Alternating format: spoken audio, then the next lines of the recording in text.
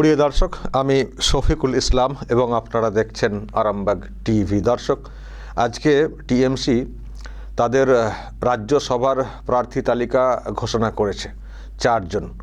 তাদের মধ্যে একজন হচ্ছেন কোয়েল মল্লিক। কোয়েল মল্লিক, যাদের বাড়িতে গিয়ে কদিন আগে অভিষেক ব্যানার্জি উন্নয়নের পাঁচালি শুনিয়ে এসছেন এবং যাকে একেবারে বুকে ধরে ওনার বাবা রঞ্জিত মল্লিক বিরাট প্রশংসা করেছিলেন, তখনই সন্দেহ হচ্ছিল যে কিছু একটা প্ল্যানিং আছে। তো উনি যে মেয়ের বিষয়ে ব্যাপারটা ভেবেছেন সেটা আমাদের ভাবনায় ছিল না। তো যাই হোক, আজকে সামনে এসছে যে কোয়েল মল্লিক উনি রাজ্যসভার প্রার্থী হচ্ছেন। তো যাই হোক, রাজ্যসভার হন বা যাই হন না কেন, টিএমসি নেত্রী হচ্ছেন, ফলে ওনাকেও এবার কথা বলতে হবে। তো আমি জানি না পলিটিক্যালি উনি কিভাবে কথা বলবেন। টিএমসিতে যেসব অভিনেত্রী বা অভিনেতারা এসছেন তাদের সব আচরণ, বক্তব্য, ভাষণ তো অনেক সময় ট্রোলিংয়ের ব্যাপারটা হয়ে যায়।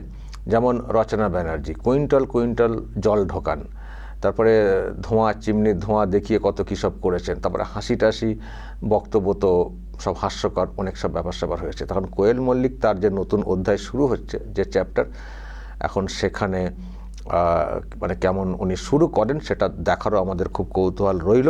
তবে এই রকম একটা পার্টিতে এইরকম একজন অভিনেত্রী, যাই হোক, তবুও মানুষজন দেখতেন অন্যভাবে একটু, যদিও ওনার বাবার আচরণটা ইদানিংকালে খুব একটা ভালো ছিল না। কিন্তু এই যে দলে ঢুকলেন, এবার ঝড়টাকেও সামলাতে হবে। মানুষের সমালোচনা, কটূক্তি এসব শুরু হয়ে যাবে, কারণ দলটা এমন, সেই দলের নাম লেখানো মানে নিজের এতদিনের যে সম্মান সেটাকে কার্যত জলাঞ্জলি দেওয়া। খুব স্বার্থপর, খুব পদলোভী, খুব মানে এ না হলে এই দলে সাধারণত মানুষজন নাম লেখান না। কারণ যেখানে গোটা রাজ্যের মানুষ পরিবর্তন চাইছেন, সবাই জ্বলছেন, রাজ্যের এইরকম বেহাল দশা, স্কুল কলেজ পরিকাঠামো নেই, সব ভেঙে পড়ছে, চাকরিতে দুর্নীতি। তো যারা সমাজের মুখ হিসেবে দাঁড়িয়েছেন বিভিন্ন ক্ষেত্রে, ফিল্ডে, তাদের মধ্যে অভিনয় জগৎ একটা জগৎ, সেই সব মহিলারা বা কেউ যদি এসে সেই দলে যোগদান করেন, আমার তো মনে হয় তাদের এতদিনের যেটুকু যা সম্মান তারা অর্জন করেছেন, এক নিমেষে জাস্ট জলাঞ্জলি দিয়ে দেওয়া। হয়তো এমপি হবেন, একটা পেনশন আসবে, সব ঠিক আছে, কিছু সুযোগ সুবিধা পাবেন, কিন্তু মানুষের মন থেকে যে মানে মনের যে বিষয়টা, সেখান থেকে কার্যত মানে বর্জন হয়ে যাওয়াটা, সেটা শুরু হয়ে গেল কোয়েল মল্লিকের ব্যাপারটাও। দর্শক, আমি কি খুব ভুল বলছি? যদি ভুল বলি আপনারা ঠিক করে দেবেন। কোয়েল মল্লিক একজন। আর কে? বাবুল সুপ্রিয়। প্লেয়িং 11-এ খেলার জন্য উনি দল ত্যাগ করেছিলেন, তো এসে তো পা ভেঙে বসেছিলেন, খেলার ঠিক সুযোগ পাচ্ছিলেন না। বলা হচ্ছিল নাকি মন্ত্রী টন্ত্রী, কোথায় খেলার জায়গা দেখি না, কোথায় চুপ করেছিলেন, কোনো কিছু হচ্ছিল না। তো ওনাকে নাকি এখন আবার রাজ্যসভাতে পাঠানো হচ্ছে। আসলে এখানে গণ্ডগোল আছে ওনার সঙ্গে ইন্দ্রনীল সেনের অনেক ভীষণ ইগোর লড়াই। কে কত বড় শিল্পী যেন সেটা একটা জাহির করার চেষ্টা হচ্ছিল, ভীষণ ইগোর লড়াই। তো জানি না সেই ইগোর কোনো সমস্যা ইনারা অনুভব করেছেন কিনা, ফলে ওনাকে কোথায় দেব, কোথায় বসিয়ে রাখবো, তার থেকে আবার সরালেও অন্য প্রশ্ন, যেহেতু অন্য দল থেকে এসছেন, বিরোধীরা প্রশ্ন তুলবেন, ফলে ওনাকে একটা দিল্লির দিকে ঠেলে দেওয়ার চেষ্টা কিনা কে জানে। তো উনি দিল্লিতে যাচ্ছেন, রাজ্যসভাতে বসবেন, রাজ্যসভার এমপি হবেন, ওর বেশি তো কিছু হতে পারবেন না। উনি ওনার মানে সোনালী সংসার ছেড়ে এসছেন। উনি যে দলে ছিলেন সেখান থেকে মন্ত্রী হয়েছিলেন, ফলে আর সেই সুযোগ জীবনে আসবে না এই দলে থাকাকালীন, এটুকু পরিষ্কার। তো দিল্লিতে থাকবেন এমপি হিসেবে উনি যাচ্ছেন, কারণ এগুলো নিশ্চিত জয় আছে আর কি, এমপি হয়ে যাবেন, সংখ্যাটা যেহেতু আছে, অনেক পদ ওনাদের খালি হয়েছে যেহেতু টিএমসি, তো এখন ওখানে ওনাকে পাঠানো হচ্ছে। দর্শক, এনাকে চেনেন, ইদানিংকালে একটু প্রচারের আলোতে এসছিলেন সুপ্রিম কোর্টের লড়াইয়ের ক্ষেত্রে। মমতা ব্যানার্জির হয়ে অনেক কথা বলেছিলেন। মমতা ব্যানার্জির ব্যাপারে কথা যখন বলছিলেন, যখন ওই ইডির ফাইল চুরি কাণ্ডটা হচ্ছিল, সেই বিষয়ে যখন বিষয়টা কোর্টে এসছিল, সুপ্রিম কোর্টে, তো তখন ইডির আইনজীবী তিনি ব্যাখ্যা দিচ্ছিলেন যে কীভাবে ফাইল চুরি হলো, মানে এরকম জোর করে ঢুকে পড়া এসবি রাজু, ইডির যিনি আইনজীবী ছিলেন, বেশ কড়া ভাষায় কথা বলছিলেন মমতা ব্যানার্জির সম্পর্কে। তখন ইনি খুব বলেছিলেন যে মমতা ব্যানার্জিকে শুধু এইভাবে কথা বলছেন, উনি একজন সম্মানীয় একজন 3বারের মুখ্যমন্ত্রী, খুব মানে একেবারে ইগো দিয়ে কথা বলছিলেন। তো সেটা আবার দেখছিলাম টিএমসির লোকেরা খুব প্রচার করছিলেন যে দেখুন আইনজীবী মানে আমাদের মুখ্যমন্ত্রীকে এ নিয়ে, মুখ্যমন্ত্রীকে শুধু মুখ্যমন্ত্রী মমতা ব্যানার্জি বলা হচ্ছে, উনি একজন চিফ মিনিস্টার, সেটা বলা হচ্ছিল না। তো আমাদের আইনজীবী এটা ধরেছেন, বেশ শক্ত কণ্ঠে ধরেছেন, উনি একজন 3বারের চিফ মিনিস্টার, ওনাকে এরকমভাবে সম্মান না দিয়ে কথা বলছেন, ইনি বলেছিলেন আর কি। তো এটা নিয়ে খুব দেখলাম সোশ্যাল মিডিয়াতেই হচ্ছিল। তো ইনি হচ্ছেন আইনজীবী, সুপ্রিম কোর্টে লর্ড ছিলেন, নিশ্চয়ই পয়সা কড়ি ভালো পেতেন। তো আবার ওনাকে পুষিয়েও দিচ্ছেন রাজ্যসভার এমপি করে, টিকিট পাইয়ে। হয়তো আরও অনেকেই আশায় ছিলেন, তাদের নামটা আসেনি, তারাও লড়েন মমতা ব্যানার্জির হয়ে। পয়সা সবাই পান, বিনা পয়সায় কেউ লড়েন বলে আমার মনে হয় না, কারণ সরকারি কোষাগার থেকে টাকা যায় তো, সুতরাং চিন্তা কিসের।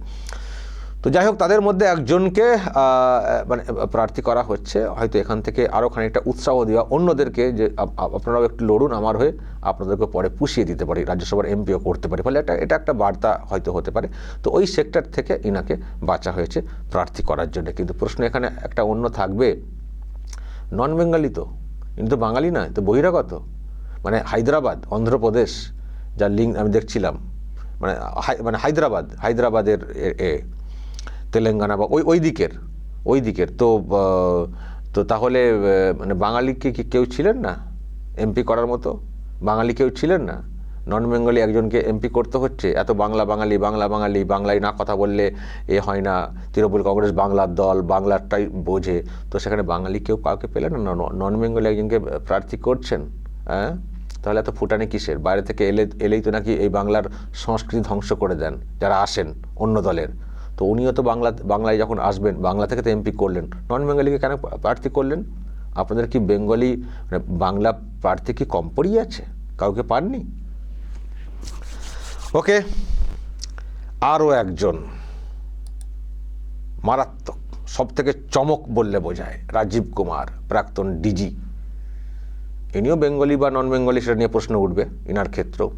তো এনাকেও প্রার্থী করা হচ্ছে। একজন প্রাক্তন ডিজি, প্রাক্তন আইপিএস, যিনি চলে গেছেন বটে, অবসর নিয়েছেন বটে, কিন্তু যা করে গেছেন এই বাংলার মানুষ মনে রাখবেন বলতে স্মরণ করে রাখবেন, ভালো কাজের জন্য মনে রাখা না, মানে ভেবে রাখবেন যে একজন মানুষ ছিলেন, তার নামে এইরকম কেলেঙ্কারির অভিযোগ ছিল, সারদা মামলা। তো সেই মানুষটি তারপরেও ডিজি হয়েছিলেন মুখ্যমন্ত্রীর বদান্যতায়, এবং তাকে রাজ্যসভাতে পাঠিয়ে দিয়েছিলেন পর্যন্ত।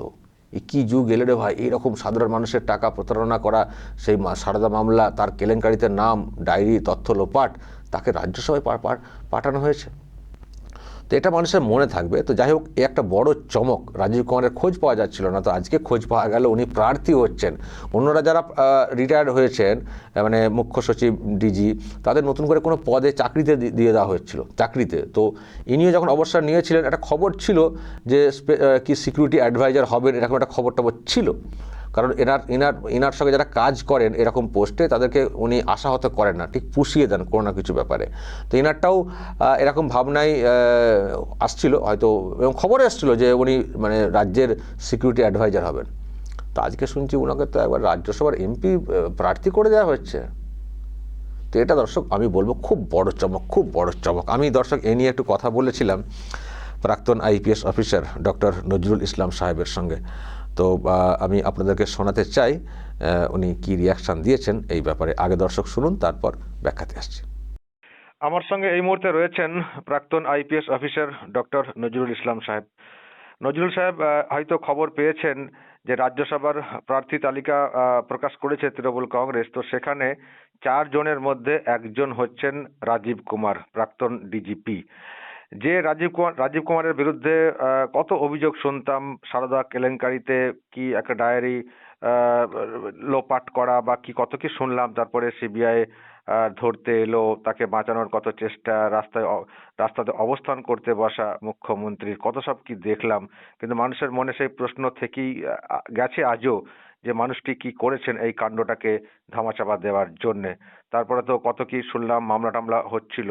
তারপরে যখন মানে অবসরটা নিলেন, তারপর থেকে আর তো খোঁজই পাচ্ছিলাম না উনি কোথায় রয়েছেন। সেটা নিয়েও দেখলাম প্রশ্ন তৈরি হচ্ছিল যে উনি কোথায়, কেউ বললেন বিদেশে, কেউ বা আরো সব প্রশ্ন তুলছিলেন। কিন্তু আজকে তো অন্য খবর পাচ্ছি যে ওনাকে নাকি প্রার্থী করা হচ্ছে রাজ্য সভাতে। তো যে মানুষটির সম্পর্কে এত প্রশ্ন, এত কিছু, তাকে রাজ্যসভায় পাঠাচ্ছে একটা দল, ব্যাপারটা কি বুঝছেন?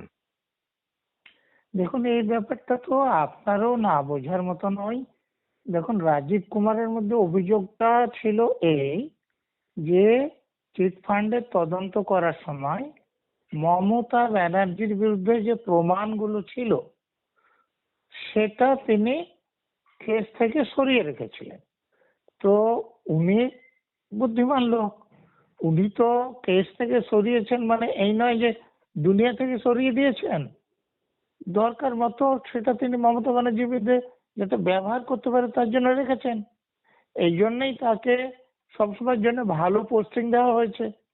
এবং এখন রিটায়ারমেন্টের পর যদি তাকে খুশি না রাখা হয়, তাহলে যদি সেই প্রমাণগুলোর কিছু এখন বাইরে ছেড়ে দেন, তাহলে তো সেটা মমতা ব্যানার্জির পক্ষে বিপজ্জনক কিনা। তাহলে তাকে তিনি যাতে খুশি থাকেন সে ব্যবস্থা তো করতেই হবে। তো সেটা করেছেন। এটা তো অতীতে রাজীব কুমারের যে কার্যকলাপ এবং মমতা ব্যানার্জি যে কার্যপদ্ধতি দুটোর সঙ্গে মেলে। বলুন। না, আমি রাজীব কুমারের কথা যেটা বলতে চাইছিলাম সেটা হচ্ছে যে যে মানুষটির সম্পর্কে এত প্রশ্ন তৈরি হচ্ছিল, এই মানুষটির সম্পর্কে মানুষের ধারণাও অন্য টাইপের আছে, যদিও তিনি ডিজিপি হয়ে গেছিলেন।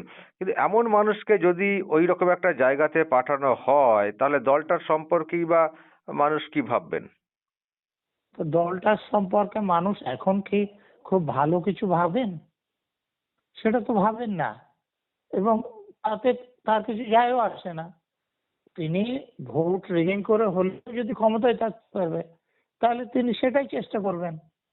অতএব মানুষ তাকে খারাপ ভাবছেন, এটা যদি তিনি কখনো মনে করতেন, তাহলে এসপ্ল্যানেডে সবাইকে তিনি ডহরবাবুদের বংশধর তার সঙ্গে দেখা করতে বলতেন, না গান্ধীজি কে ফলের রস খাইয়ে অনশন ভাঙানোর জন্য রবীন্দ্রনাথকে মৃত্যুর অনেকদিন পরে তিনি জাগিয়ে তুলতেন। রামমোহন রায় মারা গেছে 1833 খ্রিস্টাব্দে। আর 1950 সালে আমাদের বিধানসভা হয়েছে, সেই বিধানসভায় রামমোহনকে দিয়ে তিনি সতীদাহর আইন পাস করাতেন। অর্থাৎ উনি এইসব নিয়ে কিছু মনে করেন না। উনি বেঠিক কথা বলতে, বেঠিক কাজ করতে তার কোন রকম অনুতাপ নেই। আপনারা তো জানেন যে উনি জর্জিয়া ইউনিভার্সিটির জালি ডক্টরেট। তো উনার এসব কথা ভেবে কি হবে বলুন।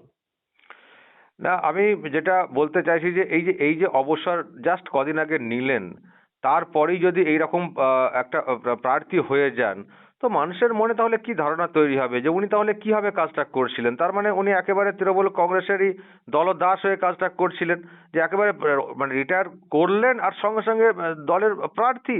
তাহলে তার আগে পর্যন্ত উনি কিভাবে কাজটা করছিলেন? তাহলে পুলিশের সম্পর্কে কি ধারণা তৈরি হচ্ছে? পুলিশের সম্পর্কে তো ইতিমধ্যে ধারণা তৈরি হয়েছে যে তিনি তদন্ত করতে গিয়ে আসামির যাতে সাজা হয় সেটা না করে তিনি আসামির যাতে ছাড়া পান সেরকম প্রমাণগুলো লোপাট করেছেন। তো তার সম্বন্ধে ইতিমধ্যে ধারণা তো খুব ভালো নেই। অতএব তিনি যদি রাজ্যসভার এমপি হয়ে থাকেন তাহলে তার গাড়ি বাড়ি এগুলো আইনতভাবেই তিনি পাবেন, বেআইনিভাবে আর নিতে হবে না। বলুন। সেই জন্য কি এতটা তাগিদ উনি ওই আইপ্যাক কাণ্ডের সময় দেখিয়েছিলেন মুখ্যমন্ত্রীকে, মানে একেবারে বাঁচানো, বা মুখ্যমন্ত্রী যা ভূমিকা সেদিন দেখা গেছিল সেই সময় মানে পুলিশের যে ভূমিকা আমরা দেখলাম, মানে এই কি ওনার মানে বাসনা ছিল, কল্পনা ছিল যে সন্তুষ্ট করি যদি আমিও কিছু পদ পাই নতুন করে? দেখুন, আপনি কিন্তু একটা বিপজ্জনক প্রসঙ্গ তুলেছেন। এই প্রসঙ্গটাই আমি এখনো আশা করি যে সুপ্রিম কোর্ট মমতা ব্যানার্জিকে ছেড়ে দিতে পারবে না। কারণ তাহলে সারা রাজ্যে খারাপ উদাহরণ হবে। অতএব এখানে তদন্তের আদেশ দিতে হবে এবং আদেশ দিতে হলে মমতা ব্যানার্জির সঙ্গে রাজীব কুমার বা তৎকালীন কলকাতার সিপি, ডিসি, অন্য অফিসার যারা ছিলেন তাদের কিন্তু জেলে যাওয়ার এবং জরিমানা হওয়ার সম্ভাবনা। বলুন। না, আমি আর একটা কথা বলতে চাই যে এই যে এটা যেমন একটা দিক আপনি বলছেন, আর এই যে একের পর এক ডবল চাকরি দেওয়া, আলাপন বন্দ্যোপাধ্যায়, মনোজ পান, তারপরে এনাকে রাজ্যসভায়, মানে এর মাধ্যমে কি কোথাও একটা বার্তা যারা এই আমলা বা যারা আইপিএস এরা আছেন তাদেরকে, যে আমাকে পুষিয়ে দাও, আমার মন মতো করে চলুন বা চলো, তাহলে তোমাদেরকে পরে পুষিয়ে দেবো, এটাও কি ওই মানে পরবর্তী যারা অফিসাররা কাজ করছেন?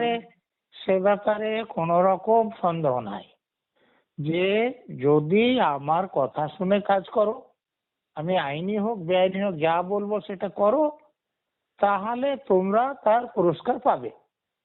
এবং যদি কথা না শোনো তাহলে যেরকম ভাবে হোক তোমাকে হেনস্থা করা হবে। এটা তো উনি বরাবরই পরিষ্কার করে দেন। বলুন। আপনি তো একজন আইপিএস, আপনিও তো অনেক কাজ করেছেন। এই যে আইপিএস বা আইএস, তারা এই যে শাসকের মন জুগিয়ে, যিনি থাকেন প্রধান, তার মন জুগিয়ে চলে বেশ নিজের আখের গোছানো বলি বা যাই বলি একটা জায়গায় চলে যান। আপনার কখনো এই ইচ্ছা হয়নি বা আপনার ক্ষেত্রে কখনো এই প্রস্তাব আসেনি? দেখুন, আমার পক্ষে এটা করা সম্ভব নয় এই জন্যে যে আমি একজন সৎ মানুষ হিসেবে মরতে চাই। তাহলে এরকম ইচ্ছা মনে আসলে তো আমাকে অসৎ কাজ করতে হবে, আমি অসৎ মানুষ হয়ে যাব। সেই জন্য এরকম কাজ আমার পক্ষে করা সম্ভবই নয়। না হলে আমি আইন কানুন যেরকম যতটুকু বুঝি, আমি তদন্ত যেরকম জানি, তাতে আমার অনেক ভালো পদ পাওয়ার কথা ছিল যদি শাসক নেতাদের আমি সন্তুষ্ট করে চলতে পারতাম। কিন্তু আমি যেহেতু বেআইনি কাজ তাদের কথাই করি না, শুধু করি না, তারা বেআইনি কাজ করলেও আমি তার প্রতিবাদ করি। যেমন মমতা ব্যানার্জি যখন দিল্লিতে আমাকে নিজে থেকে নিয়ে যাওয়ার পর আমার নাম করে তিনি বেশি ঘুষ আদায় করার চেষ্টা শুরু করে দিয়েছিলেন, তখন আমি কিন্তু তার ঘরে ঢুকে তার মুখের সামনে বলেছিলাম যে এটা করা যাবে না। তো তাহলে আমাকে উনি পছন্দ করবেন কেন? তো আমার যেটা দোষ আর গুণ বলুন, তাতে আমার অসৎ কোন রাজনীতিবিদের খুব কাছের লোক হওয়া বা প্রিয়জন হওয়া আমার পক্ষে সম্ভব নয়। বলুন। আমার শেষ প্রশ্ন আপনাকে, যে পলিটিক্স কোন জায়গাতে যাচ্ছে, যে একজন মানুষ যার বিরুদ্ধে অভিযোগ উঠলো, এমন একটা অভিযোগ যেখানে সাধারণ মানুষের টাকা আত্মসাৎ করা হয়েছে, সারদা কেলেঙ্কারি যেটা আমি বলতে চাইছি, সেই মানুষটিকে, মানে যাকে সিবিআই ধরতে যাচ্ছিল, একটা বিরাট অ্যালিগেশন, তথ্য লোপাট তদন্তের ক্ষেত্রে, সেই মানুষটি রাজ্যসভার মেম্বার হবেন। এটা কি আপনার কোথাও মনে হয় যে এই পার্লামেন্টের ইতিহাসে এগুলো সব এক একটা কলঙ্কিত অধ্যায়? অবশ্যই তো, যারা অপরাধী তারা আমাদের দেশের আইন তৈরি করবে, এটা আমাদের পক্ষে খুবই লজ্জাজনক। ওকে, অসংখ্য ধন্যবাদ ফোন লাইনে থাকার জন্য। ধন্যবাদ। সত্যি এভাবেও এমপি হওয়া যায়। ডক্টর নজরুল ইসলাম সাহেব একজন সৎ মানুষ, প্রাক্তন আইপিএস, আর ইনার বিরুদ্ধে সারদা কেলেঙ্কারি এবং লাস্ট যেটা ইডির ওই ফাইল চুরি কেসটা, ফাইল চুরি কেলেঙ্কারি দিদির, সেখানেও ওনার ভূমিকা নিয়ে প্রশ্ন তৈরি হলো। কেস টেস হয়েছে, চলছে, আর উনি এখন রাজ্যসভাতে যাচ্ছেন, ল মেকার হবেন, ল মেকার। দর্শক কি বলবেন, কোথায় যাচ্ছে ভবিষ্যৎ? যা বলার দর্শক বলবেন, কমেন্ট বক্সে নজর রাখবেন আরামবাগ টিভিতে।